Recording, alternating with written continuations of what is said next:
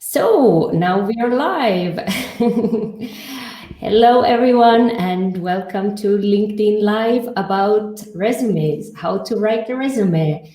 So everyone here is welcome to ask questions, and we will discuss this topic, and probably we will get to the conclusion that everyone is different and everyone can also have a different kind of CV or resume. So I have invited today Brian Golod to have a conversation about this.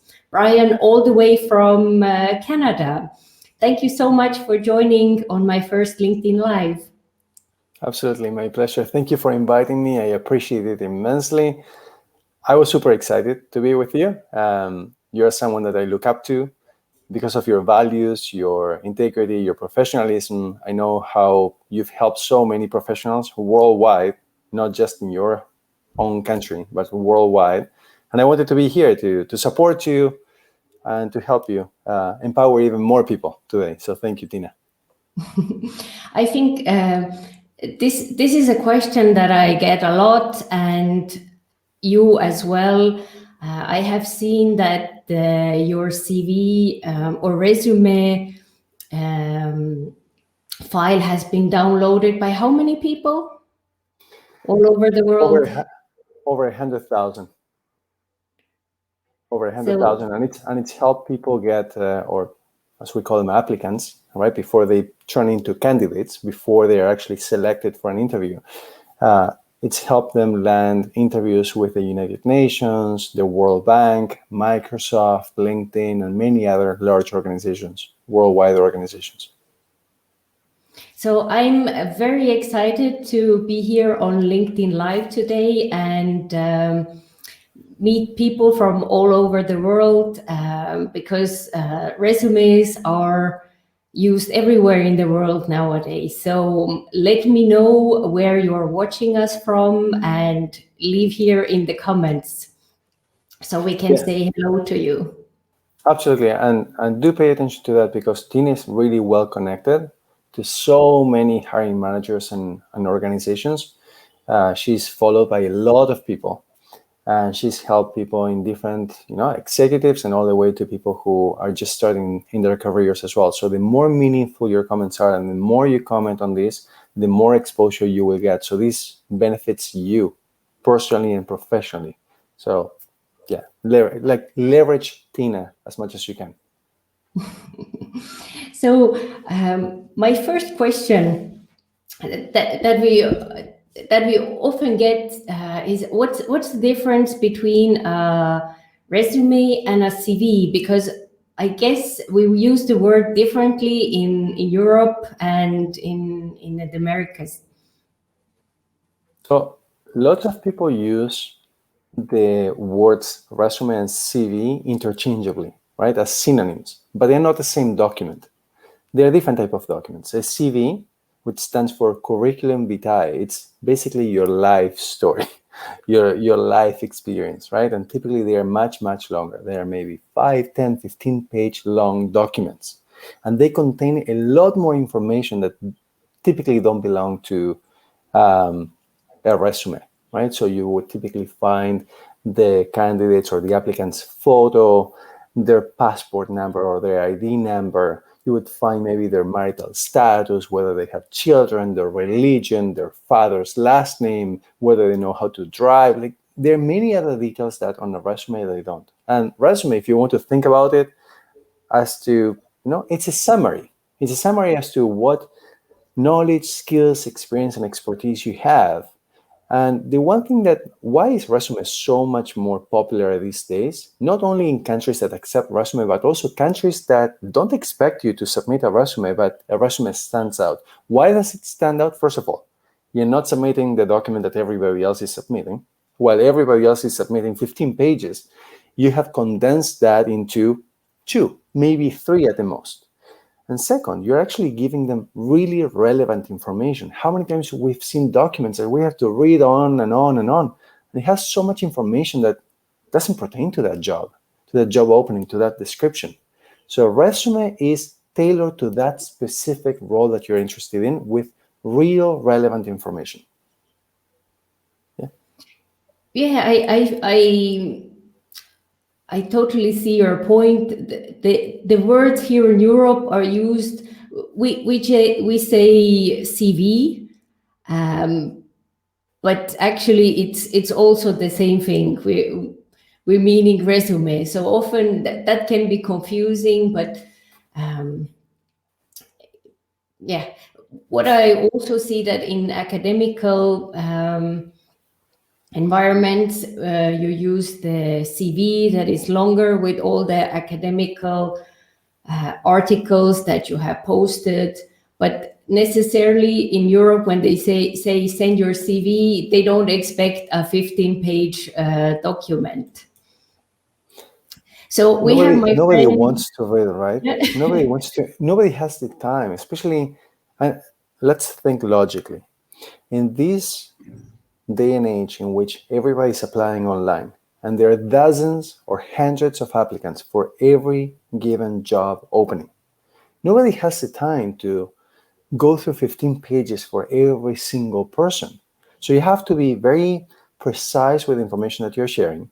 You have to be a lot more relevant than anybody else. You have to go straight to the point. Show them why you stand out. Show them why you can bring value to them in the most concise manner. And stand out from everybody else. While everybody else is doing this, do something different. Otherwise, you will always continue to be compared to everybody else. If everybody's submitting a CV, don't submit a CV. Submit a resume. Believe me, it works. Yeah, I just wanted to say hello to my friend Craig Allen from Scotland. Hi, Craig. Welcome. And he's asking, would you recommend using photos in a resume? 100% no. And I will explain to you why. The first reason is that when you are crafting your resume, and I wholeheartedly believe that every single job seeker out there should know how to write their own resume, okay? You should learn that skill. This is the one document that represents you. That's one thing. With regards to the photo itself, the photo or any type of image on a resume document, it actually breaks what's called the ATS. It actually prevents the ATS, robot, software, however you want to call it. It prevents it from actually reading some or all of the content that is around it. So whenever you introduce elements onto that template, then there's much of that content that cannot be read. It cannot be understood by the software. So whenever you put a line, for example, whenever you put a link, whenever you put a photo, whenever you put a table, there are many different elements that are not compatible with this ATS software. Computers are only meant to handle certain information. And if you put something that breaks the process of being able to read that information and process the information, then anything that comes after cannot be read. And then basically your resume gets ranked lower. It doesn't mean that it's going to get filtered out, which is what there's a misconception. There is a confusion out there that you either get filtered in or filtered out. No, you get ranked higher or lower. So make sure that your resume is ATS compliant and that you're including relevant and critical information for the decision maker, or at least for the filter, the recruiter, for example, to be like, yeah, this is a person that I actually want to bring in for an interview or pass on to the hiring manager. Okay. Yeah, I would say in Europe, it's very common to use photos in a CV. But nowadays, every recruiter, they also go into your LinkedIn profile, they double check the information, and there you can have your photo and people will see you. So it's very important that you put your photo visible to all LinkedIn members, not only your first degree connections. That's the default setting on LinkedIn. So you can easily go in and change it so other people will see you, because a photo with a smile, a friendly one, makes it so much easier to reach out to you and to have a conversation. So it's a really important attribute. So see what is common in your country. If everyone is posting or sending their CVs with a picture, then yes, but check what is the correct one um, for your country where you're living in. Absolutely. And many, I don't know if you've noticed, Tina, you had a great point about the settings on your LinkedIn profile. Let's make sure that your last name also is visible to everyone, right? You're on a public network. Let's make sure that they can see your first name, your last name. You want people to be able to connect with you. You want to build trust. You want people to be able to know who you are. So your last name and your photo should be visible to everyone. It's easy. You go to your settings, you look for that specific setting, and then you just enable it for everybody to be able to see it. You want to attract as many people as you can. It's going to help you in a couple of different ways. First of all, you will be able to build a community around you of people who trust you. If they don't see you, they don't trust you. So you want to have a photo. The question is, which kind of photo? Just like Tina was saying, one where you're smiling. I've seen so many profiles out there with passport photos. That's not the photo that you put on a social media network. I understand that this is a professional social media platform, but you can put a photo, you should put a photo that is a lot more appealing, more inviting, more welcoming. Put one that really tells someone on the other side of the screen, oh, I want to know more about this person. A passport photo only intimidates me.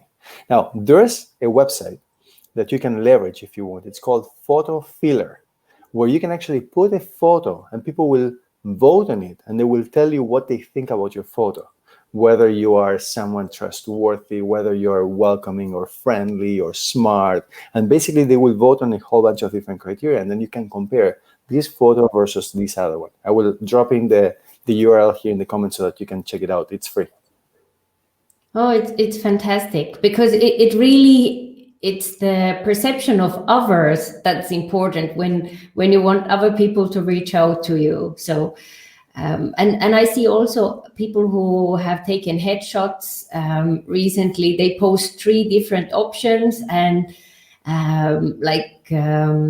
my friend Jenny Björklöf, she had 3 pictures taken, and she's asking, what do you think, which one? And of course, I like the one with the smile, because the people or the recruiters have like 7 or 8 seconds to make a decision. If you have a friendly picture, it's more inviting. I don't say that I would rule out somebody who doesn't have a picture, but it really makes it easier to open a conversation and make you positively looking forward to that conversation. We have another question from Craig. Would you recommend for or against bullet points in your resume? Craig, thank you. You're asking amazing questions. 4 bullet points. However, your bullet points should never look like a paragraph. A lot of people write bullet points for the sake of just leveraging that feature, the bullet point feature. But then each one of these bullet points is 4 or 5 lines long. The whole point of a bullet point is to be concise. Typically, this is the same thing that happens with PowerPoint or Google Slide presentations. They have a massive sentence on a bullet point. Now, bullet points are meant to be concise, and you have to articulate your achievement, the value that you brought to that organization or that you are still bringing to that organization very concisely, and it has to be tangible. How much percentage, efficiency you've been able to deliver with this improvement, how much new revenue or profits you've been able to get or contribute to the organization because of your labor, whatever it is, time consumption, it doesn't matter, whatever it is, but try to make them very, very tangible and make them concise. And one more tip to take it to the extra mile, make sure that that you are consistent with the length of your bullet points. A lot of people, let me explain why. When you're reading a resume, if one bullet point is 1 line long, and then the second one is 2 lines, and then you go back to 1 line, and then back to 2, and then 2, and then 2, and then 1 again, it just looks all over the place. Make sure that you're proud of that resume, that you're not putting multiple sentences within 1 bullet point. If you need to have multiple sentences with the same bullet point, break it or consider breaking that bullet point into 2 different bullet points. Make sure that I suggest 1 line long If you cannot say whatever it is that you're saying in one line, then maybe you're writing too much. People don't have attention span. They cannot keep up. Remember, they're meeting you for the first time. They cannot keep up with every single thing that you're saying. So try to be brief and go straight to the point. It's not whoever can write more. It's whoever can write less with meaningful content. Okay. Yeah, it's not a book. It really should be something that invites the person you to interview so that they would know more about you and ask questions about the examples that you have given, but really more in depth. But just the first teaser that they will be curious to want to know more and deep dive in a conversation. So let me see, we have Caesar here. Hi everyone, what's the main recommendation to write a resume to apply jobs in Canada? I know that it's a little different, for example, to apply for positions in the US. So the question is where you're applying from, okay? And whether employers are actually going to even consider you. I want to demystify this and save you a lot of time and effort and frustration. Most job seekers from around the world, they will not be considered for job openings here, okay?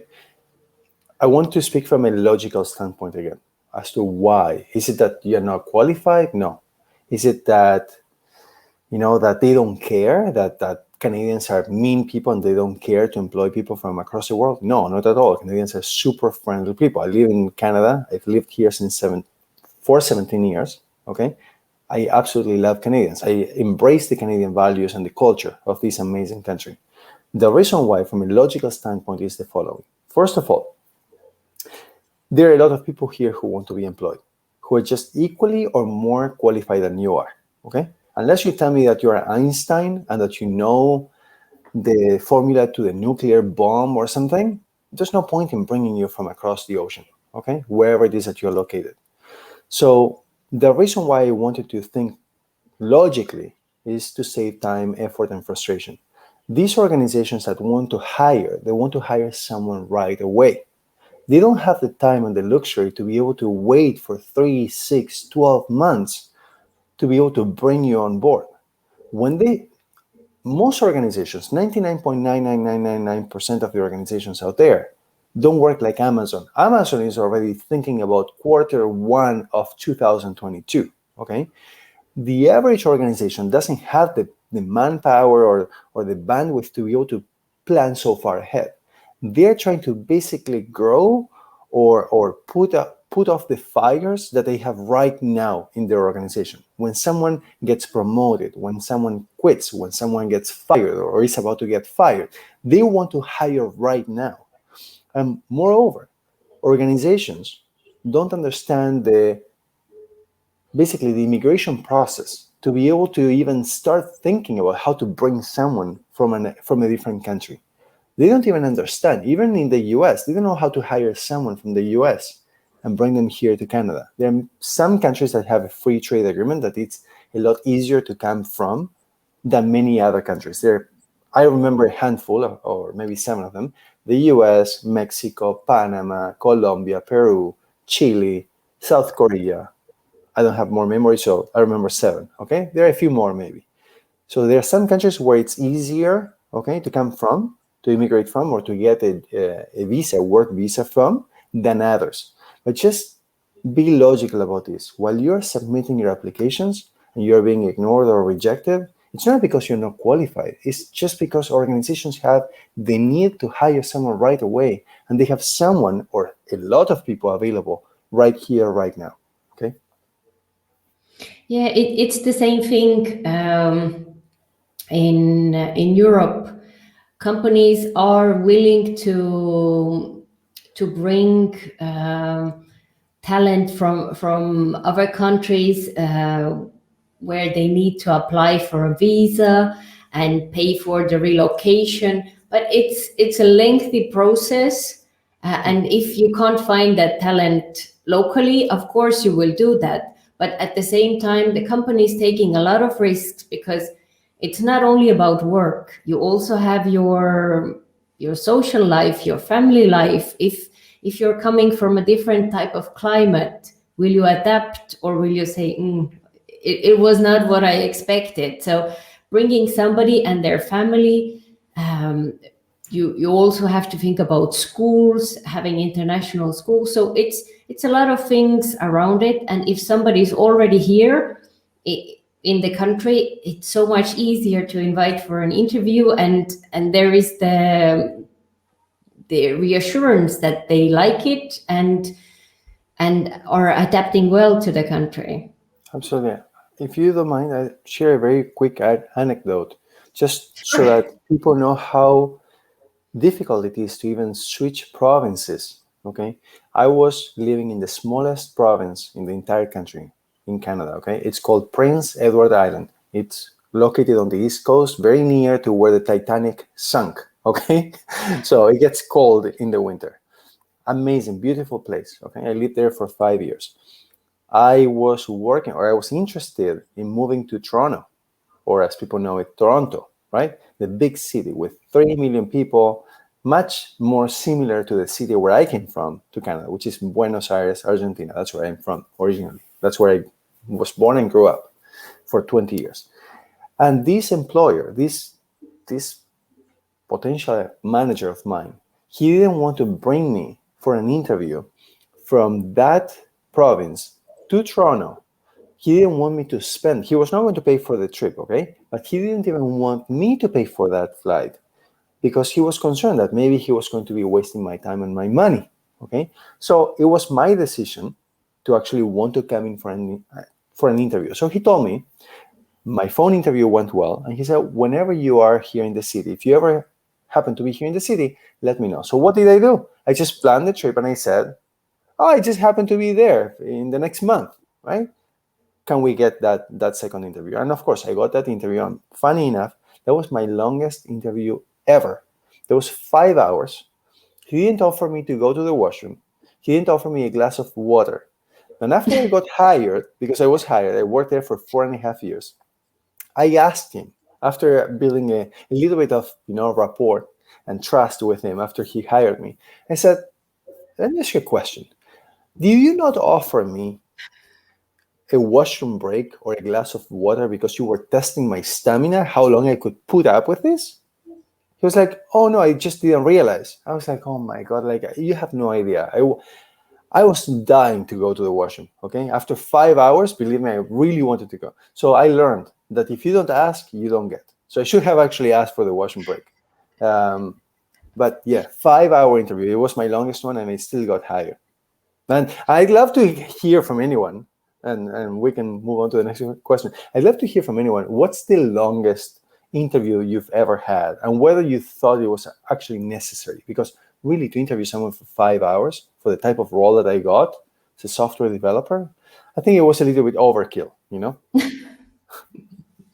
I think you got to know each other really well, and you had lots of interesting things to share, because I've been in the executive search industry for over 15 years. I've never heard about an interview that went on for five hours. It's the normal ones are like 45 minutes, 1 hour. If they go longer, that really means that the person is interested in talking to you, because honestly, nobody in the corporate field would pretend to like you or be interested in you to spend more time talking to you. It's interesting, and they want to have a conversation, because they just don't have the resources to be polite in that way. Absolutely. So Can I tell you something about that? I hope that people laugh about this, and it sparks your creativity when you go through the interview process, okay? During that interview, there were 3 people interviewing me who were coming in and out of the room, okay? My manager and 2 other future colleagues. And this was for a technology organization. There was one point in the interview. They were making me do algorithms, right, on a whiteboard, okay, and they were testing my software development skills. And there was one point during the interview where my brain was fried, okay, I just couldn't think anymore. I was like, enough of this. And they asked me a question that I didn't actually know the answer to. I had never done this before in school. Basically, my manager, he asked me, can you do the algorithm? Basically, algorithm is the logic in programming. Can you do the logic as to how you would program the tic-tac-toe? Everybody understands what a tic-tac-toe is, like X, circle, X, right? 3 by 3. So it had been probably like 3 hours into the interview, and my brain was fried, and I couldn't think straight anymore. So here, what happened here, and you need to learn this so that you can leverage it in your own interviews. So he asked me to do this. Here's what happened. He asked me to do this, and he walked out of the room. And as I was going to start doing it, and I had no idea what I was going to do, I still don't know. Even 15 years later or 12 years later, I still don't know how I would do the tic-tac-toe, okay? There was this other interviewer who came in, and he asked me, so where were you at with the previous interviewer? I said, well, we just finished with a tic-tac-toe, and we were going to move on to the next question. I actually pretended that I had actually finished with the question that I was assigned to do, which I had no idea how to answer.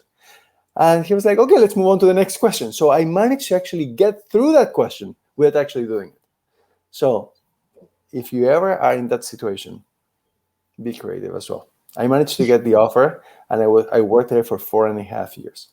Some people might think like, oh, that's so unethical. No, I managed to get the offer. I worked there for 4.5 years. So I knew what I was doing. It's just after 3 hours of them bombarding you with questions, give me a break, seriously. My brain was fried at that moment, you know?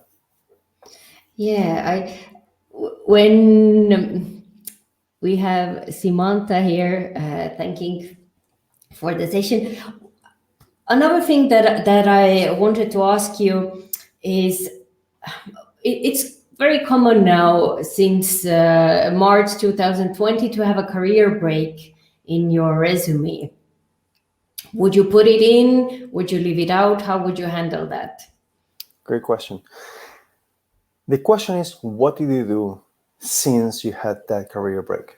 And how do you justify the time spent trying to grow while you were looking for new employment? What did you do? Did you partake in any side projects? Did you volunteer? Did you take any new courses? Did you get any new certifications?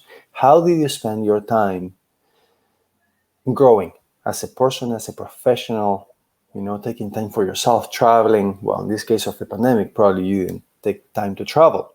But what did you do to get up to par if you were not up to par in terms of your professional skills, knowledge, experience, and expertise?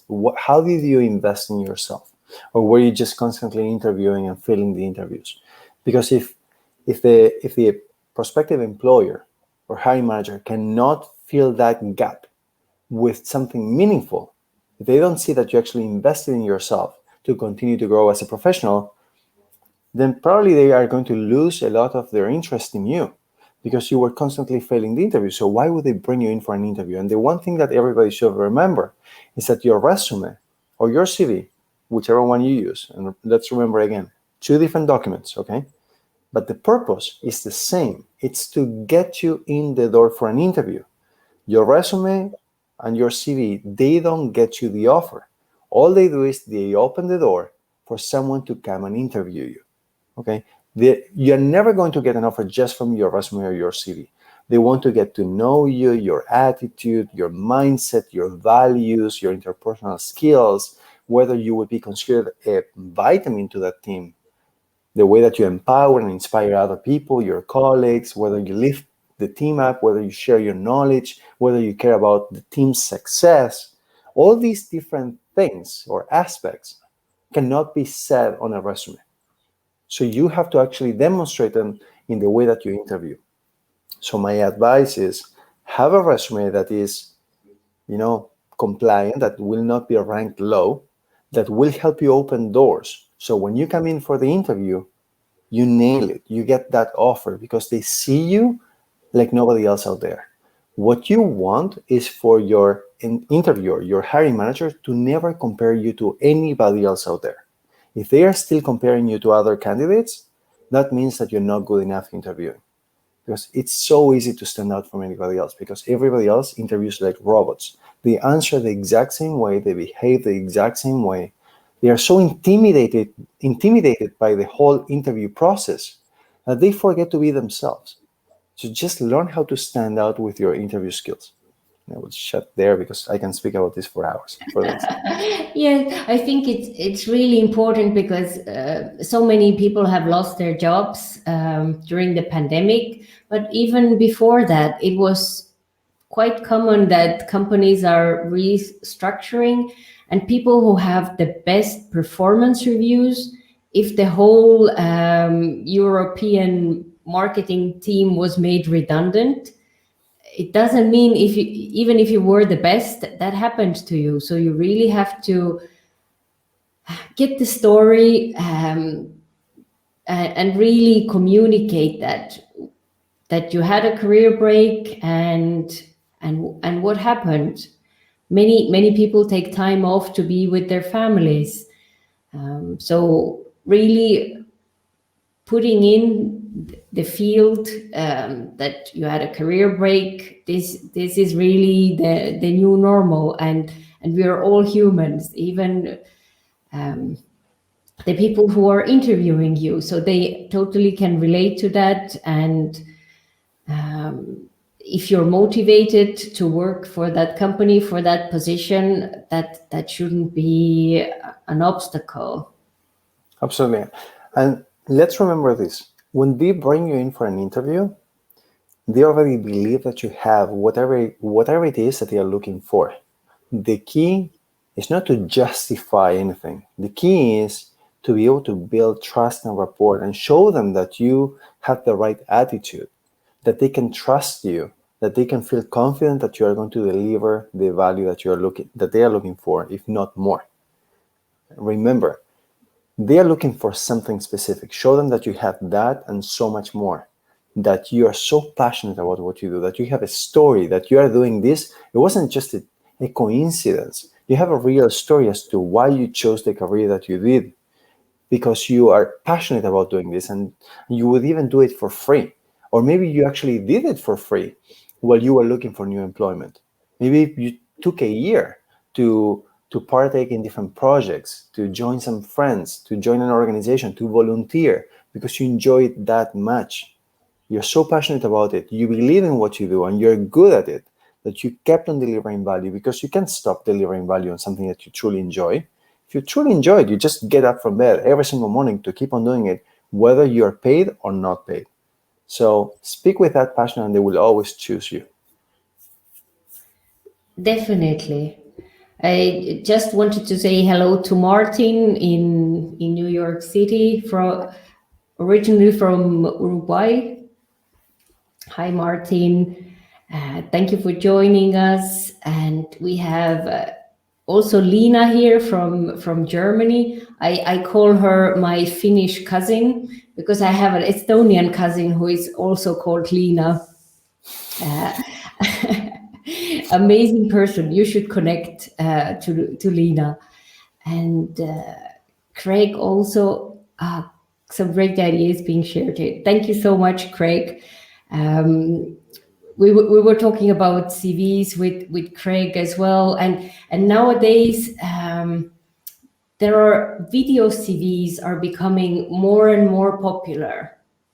I even before the pandemic, but now with everyone who has learned how to do Zoom meetings and team meetings.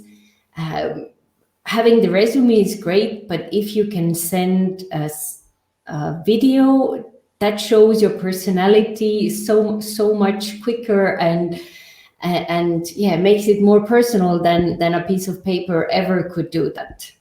What do you think about video CVs? 100%. And I've been helping with a lot of people, and I know that you have as well. If an image can say 1,000 words, imagine there are 24 frames per second. on a video. That is the equivalent of 24,000 words. They can see your tone, they can see your gestures, they can see your vibe. There's so much more that they can see that they cannot see on a resume, on a sheet of paper, or on an application. Okay? So if you truly want to stand out from everybody else, start to get comfortable with putting yourself out there. And for everybody who is here on LinkedIn, which is where we're streaming and my absolute favorite platform, where I've grown so much and Tina has as well, I want you to start to leverage this to your advantage. 99% of the users on LinkedIn do not know how to leverage LinkedIn. They don't know how to navigate it. They don't understand the features. They don't feel comfortable sharing value, building meaningful relationships, building a community for themselves. And LinkedIn is a gold mine. I'm not talking just about money. I'm talking about personal development, professional development, financial development as well, right? If you are finding career opportunities through LinkedIn, you're going to start to make a lot more money. When I first discovered LinkedIn, I was making $75,000, if I'm not mistaken, maybe $60,000. And I ended up going all the way to $220,000. That's more than 3 times in a very short period of time. So I felt like I was winning the lottery with every single paycheck. And if it happened to me, it can happen to you as well. And here's one thing that I will tell you, to all of you, to inspire you, to empower you, to encourage you. I don't even have a university degree. And this is something that maybe 3 years ago I wouldn't have said openly. But I want to tell you, if I was able to get so much out of LinkedIn by giving, just like Tina was mentioning before, my resume has been downloaded over 100,000 times, right? So many people. This is funny, Tina.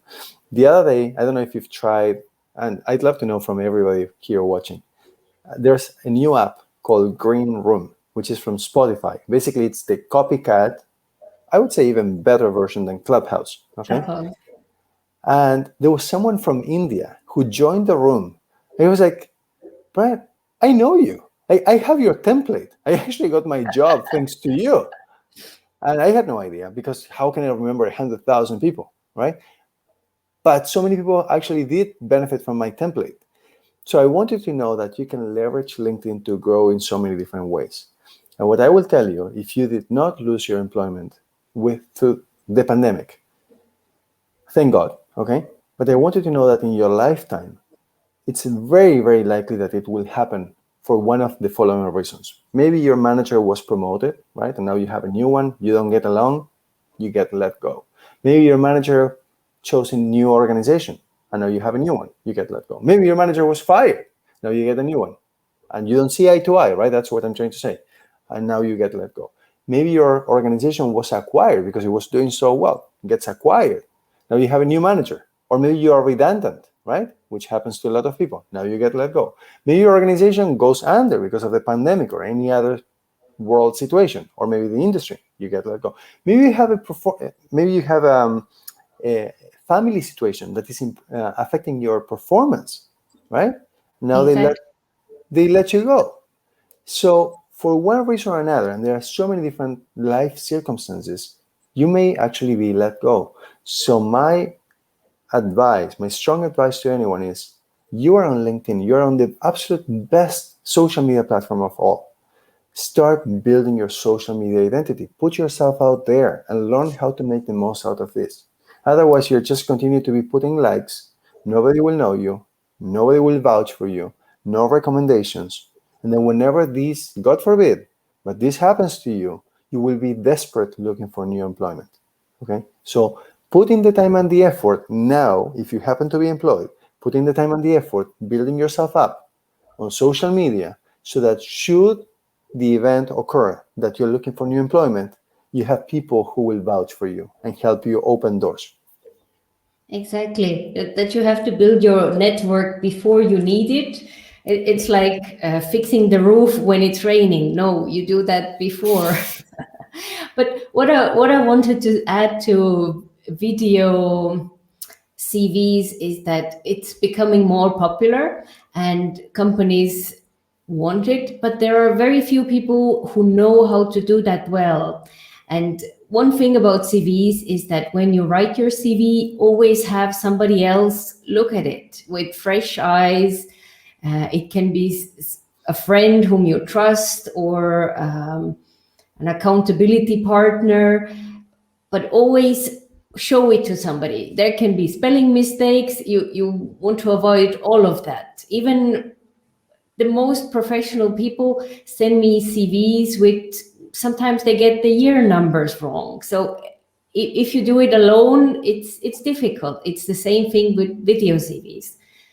Show it to somebody before you send it to a company, because I often see it's just the first draft that's sent, and it's never really good. So my friend Gillian Whitney, she's a video coach. She specializes it. There are people out there who can help you.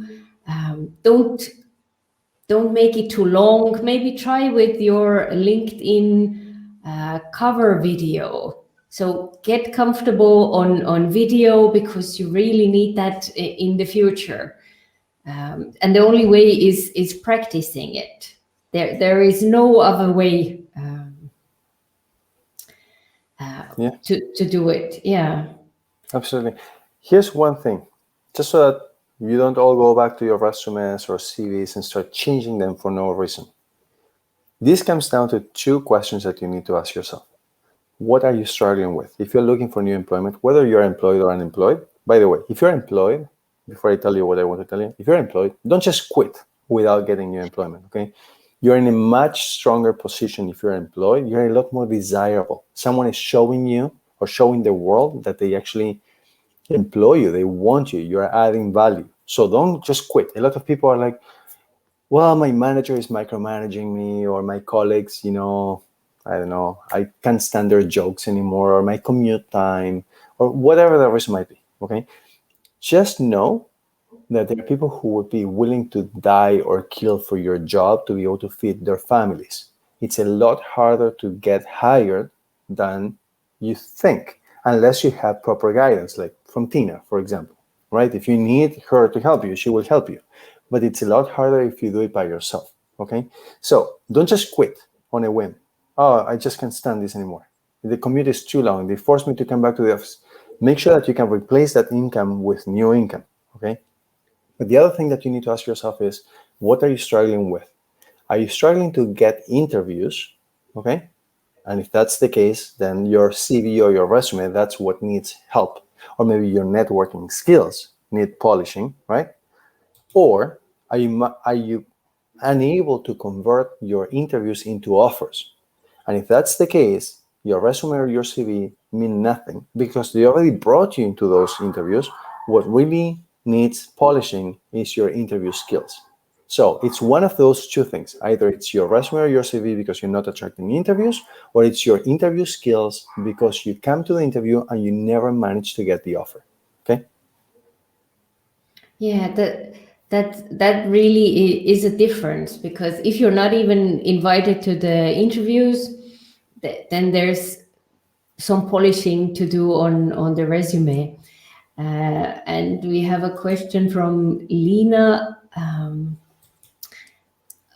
What do you guys think about creating a short video instead of a cover letter? I think if you can stand out, do something different than others, it's really good, but it needs to be a good video, not just any video. So I think if you work together with somebody, it can be also a friend who gives you feedback, because there's nothing worse than getting a 3-minute boring video where you just don't want to look at it anymore. It gives it, if it's badly done, which most of the videos that I've gotten so far, it doesn't work for you. It works against you. So be careful. And if you're going to do a video, don't just send a generic video to everybody. Yeah.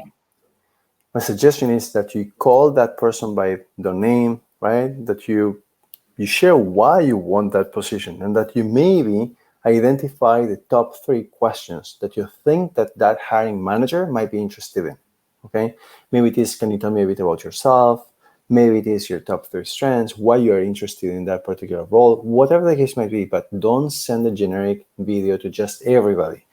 These I can compare to people who send me private messages saying, Brian, do you have a job? Do you have a job? Do you have a job? Like I can see them actually sending dozens or hundreds of messages until they get blocked or banned from LinkedIn for doing this, for abusing the system and ruining the user experience for everybody else, where you're just spamming everybody, hoping to get something. I have news for you. When you don't build meaningful relationships, nobody cares to help you. You only go out of your way for people that you can vouch for people that you feel your values are aligned with, for people that you got to know. If you don't know these people, why am I going to go out of my way? And we're all busy. Let's recognize we're all busy. Why am I going to just stop everything that I'm doing to just find you a job? It doesn't work that way. Start with, hi, Brian, and spell the name correctly. How many people don't spell Tina's name correctly? She has 2 eyes. Pay attention to detail. Someone's name is the most important word that they consider, right? It's their identity. Spell Tina's name correctly. If you see that when you spelled it, you want to move on to the next word, make sure that her name matches whatever she wrote. And if it doesn't, go fix it. Sometimes autocorrect changes it for you. Go back and change it. Or train your autocorrect to accept that new word. You can do that too. And then ask the question, how are you? Right? Don't treat Tina or me or anyone like robots or like servants. Right? We'd love to help you. Treat us like human beings. Everybody wants to be appreciated. How are you? Right? So build a meaningful relationship, and then you can tell us what it is that you're struggling with or what you need help with. Think long term. Don't just send dozens or hundreds of messages or videos, just hoping that you land one. Just be more effective in building meaningful relationships, and you're going to go much further. Yeah, I think a good clue is in the job description. So when you read it, what are the key points? What are the key struggles for that position? Talk about that, your experience with how you have done it, but really make it quick, have a lot of energy, and show your personality, but really make it about them, meaning what would be interesting for other people to read. And like you said, say hello with the person's first name who will see the video, then they feel special. Oh, you have made an effort to do this only for me. It's not for everyone. So that's really important. 100%. And Tina, just like you said earlier, if you're going to submit a resume, you want to get someone else to check it, right?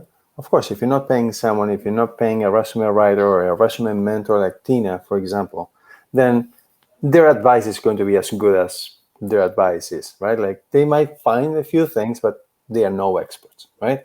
But with the video, it's the same thing. Again, you can trust someone, an expert, like Tina, for example, or you can go to your friend or your cousin or your mom and ask them, what do you think? And then they will tell you a few key things and keep on improving on it. Don't just send the first version that you come up with. Come up with something with maybe a template, with a format, and then show it to someone and say, what do you think about this? Do I come across professionally? Do I come across as welcoming, friendly, clear with, I have an accent. Tina has an accent. We all have an accent, right? Do you come across concisely, clearly, upbeat, positive, right? Would you actually want to work with me if you were to receive that video? Maybe send it to some strangers even and say, hey, I know that you're not hiring, I'm not applying for a job. I just want to know, I want to submit this. Tell me what you think about this. Since we're strangers, would you mind spending 2 minutes watching this and giving me some raw feedback? Don't worry, you're not going to hurt my feelings. Put yourself out there. It doesn't matter if people laugh at you. It doesn't matter. You're going to grow so much more from that. Yeah, it's better to hear that or than to hear silence from the hiring manager. A question that I often hear is people ask me, should I hire a professional CV writer? What is your experience with that? 100%. If you cannot, so here's the thing again. Going back to being unable to get interviews.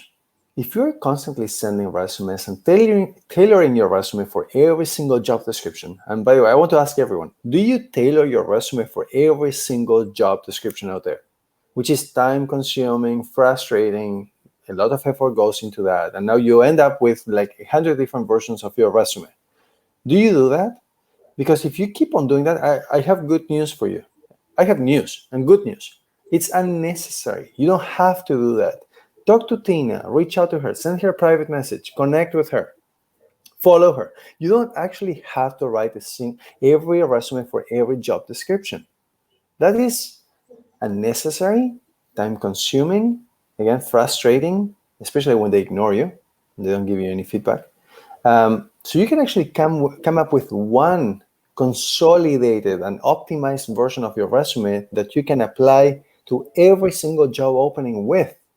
So stop just waiting to apply until you get home and you tailor your resume and then you apply, because at that moment, guess what? There are another 50 people, 100 people on top of you who have already applied, been screened, right? They've already found the 20 that they want to interview. So when you apply and you are still, the job opening is open, but you're in position 50, forget about it. You lost them.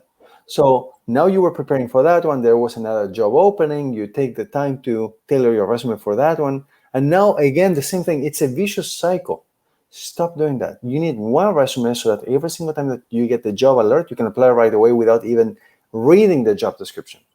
Your resume, again, has to be consolidated. You have to define your job, first of all. What is your next amazing job? That's step number one. Second, consolidate your resume for your next amazing job, for the role, for the type of role that you want. That's the second one.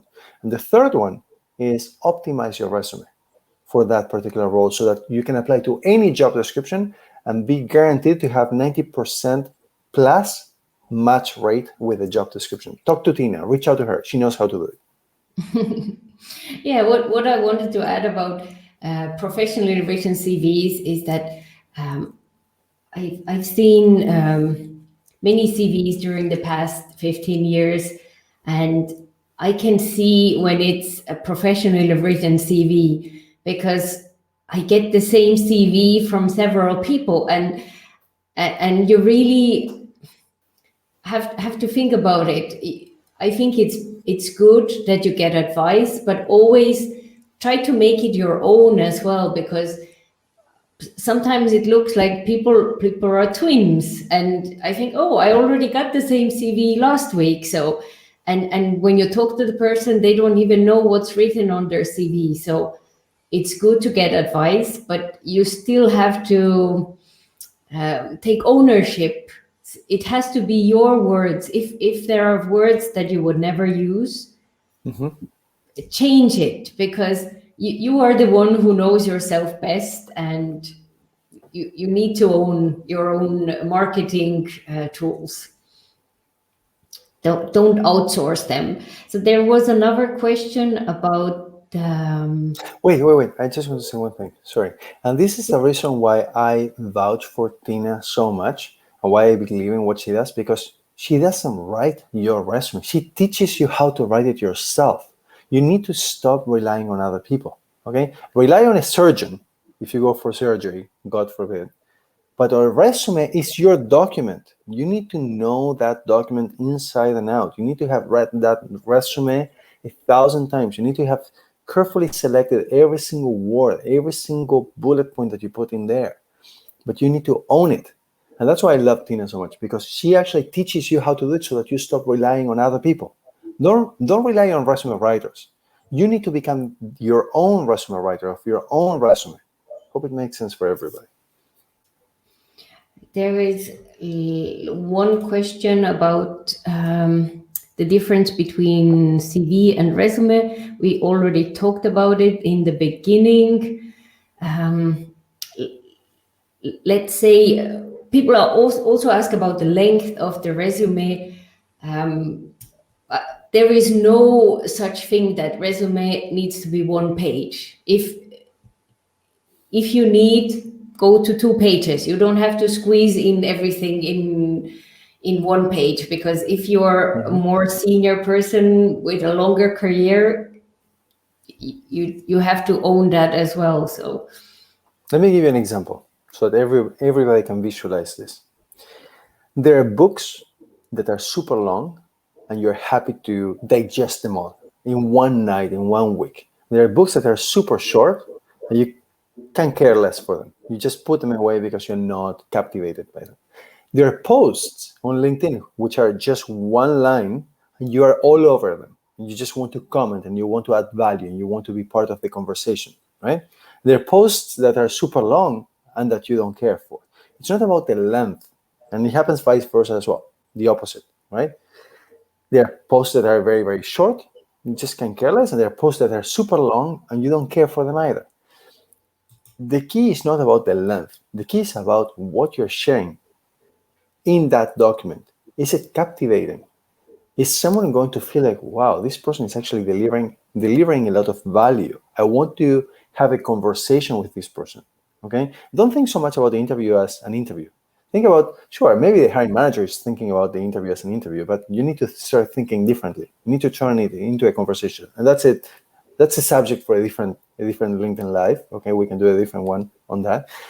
But they want to get to know you better.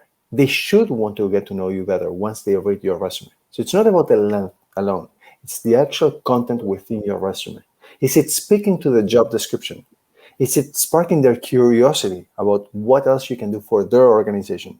That's when they're going to bring you in for the interview. Okay. yeah, there is one question that I also got about hobbies. Should you write about your hobbies on your resume? My answer is yes. What would you say?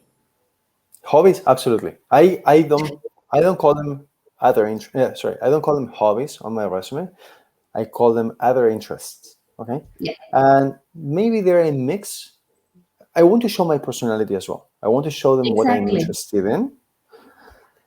A couple of things. So the first thing is I list them all. Let's just say I'm interested in photography, sports, right? Like which sport? Formula One. You never know. Like the more of these hobbies or other interests you have, the more likely that you're going to find something in common with the prospective hiring manager. Okay. Let's say you're a swimmer or you do rock climbing or you do photography, whatever the case might be. They might say, I do rock climbing or I do photography. I have something in common with this person. People end up choosing, or hiring managers end up choosing people that they like. And who are those people that they like? People that they have things in common with. So try to showcase what you're interested in. But be specific, right? I like Asian cuisine, right? I like making sushi, right? I like traveling the world and I visited these countries, or I visited 48 countries in the last 5 years, whatever the case may be. And my favorite one is this one. Be specific. Now, here's one thing not to put on your other interest section. Don't put anything that is too risque or too risky, okay? Don't say that you like jumping off airplanes. When they're hiring you, they want to make sure that you can show up on Monday. And if you're jumping off airplanes during the weekend, there's a slight chance that you might not be there on Monday, okay? You like swimming with sharks. Maybe that's not the best advice either to put it on your resume. Okay, you like swimming with dolphins. That's a different story. Okay, so put things that your hiring manager will be like, oh, that's amazing. I want to learn more about that, or I actually do that too. Okay, Yes. so include a whole bunch of them. Show your personality, and don't keep it generic like reading and walks in nature, because that's what everyone puts, honestly, people. If you go for walks in nature once a year, it doesn't count. If you have a dog and you go daily, then you can be more specific. And also the type of books you read, that just be more specific. In that case, we had a comment about the thank you emails from Lena. So I'd like to finish our live session with I send thank you emails if it makes sense. So when a question was left unanswered, to give them another reason why I should be their choice, creating a piece of content for them, for example. So personalized content. Who wouldn't love that? Lina was amazing at catching my attention. Lina, what she did on my last LinkedIn Live was, with you actually, was she actually created an infographic, right, where she showed me that she paid attention, she delivered value to me right away. So for me, she caught my attention. She showed me that she has a skill that I don't have, right? She gave me value without asking me for anything. It's amazing what she did. With regards to the thank you emails, and I want everybody to think differently, or at least consider questioning everything that you do, not just with regards to thank you emails, but everything that you do throughout the hiring process. Why am I doing this? What's the purpose? What's the objective?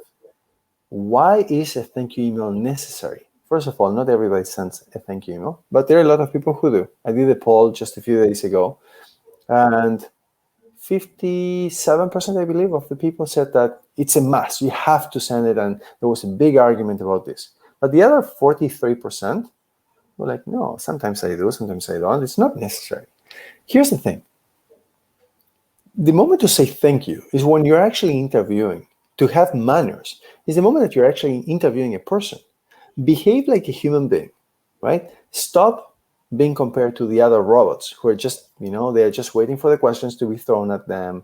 They're just, they're not having a conversation. When you come to that interview, be appreciative, be grateful, have amazing manners. Say thank you, hi, how are you? Thank you so much for having me. I appreciate your time immensely. That's at the beginning of the interview. Whenever you're about to leave, say the exact same thing. Thank you so much for your time. Thank you for making me feel so comfortable. I appreciate it immensely. You don't have to send a thank you email, okay? A thank you is a thank you. And how many times can you say thank you without seeming desperate? Don't be desperate. If you ever want to follow up, or you want to add more value, or you have a question, you can do that. But let's not call that a thank you email. That's not thank you. That's a follow-up, okay? A thank you is a thank you. It has to be heartfelt. It has to be meaningful. A follow-up is a follow-up, okay? If you want to know where they're at with the process because you have received another offer and you want to consider them as well, if you want to follow up because they've been silent for too long and you want to see whether you've missed anything in terms of correspondence, you can follow up with them as well. But don't follow up maybe a week later and say, thank you so much for interviewing me a week ago. You missed your opportunity. That should have been maybe within the first 24 hours. If you're following up a week later, forget about the thank you. You're just following up to see what's happening. And let me ask you, everybody, why should you be the one that is saying thank you? You're the one who came to the interview. Why cannot be the interviewer, the one who says, thank you so much for coming to the interview? Why is it that they have all the control? You also have power. Have some self-respect too. Don't beg them for the job. Don't beg them for the offer. Show them that you're worth it and they will give you the offer. When you're sitting at the table, they will tell you, I want you in my team. It happens all the time. Fantastic. So our time is up. Hi, Jillian. We already talked about you here. Thank you so much for joining us, my friend. And Greg also says congrats and on an excellent session. Tina and Brian, look forward to the next one. So do I. Thank you so much, Brian. It was a pleasure having you as my first guest on LinkedIn Live. And I hope you enjoyed this live session and see you soon. Thank you so much, Brian. Thank you, Tina. Thank you. Thank you, Bye-bye.